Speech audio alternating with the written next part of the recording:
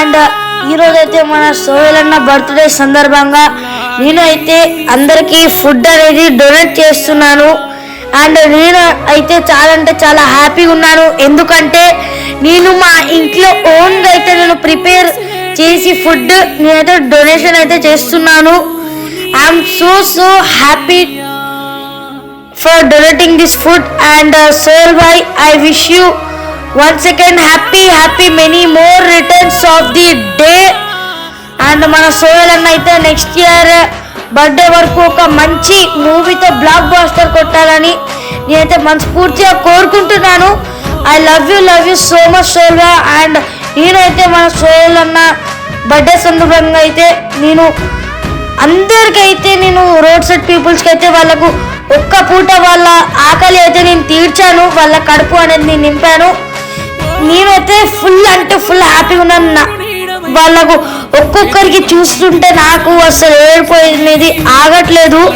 ఎందుకంటే వాళ్ళు ఒక్కొక్క మెతుకు కోసం ఎంత ఏడుస్తున్నారంటే అన్నం కోసం. కొంతమంది అయితే నేను ఫుడ్ ఇవ్వగానే వాళ్ళు అక్కడనే కూర్చొని తొందరగా ఓపెన్ చేసుకొని తింటున్నారు, అంత ఆకలిగా ఉన్నారు వాళ్ళు.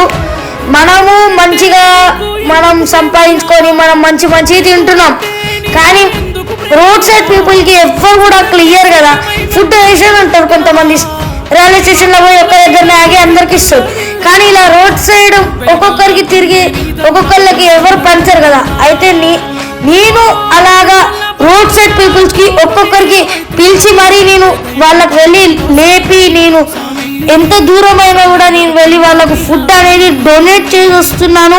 మీరు కూడా ఇలానే ఫుడ్ అనేది డొనేట్ చేయండి.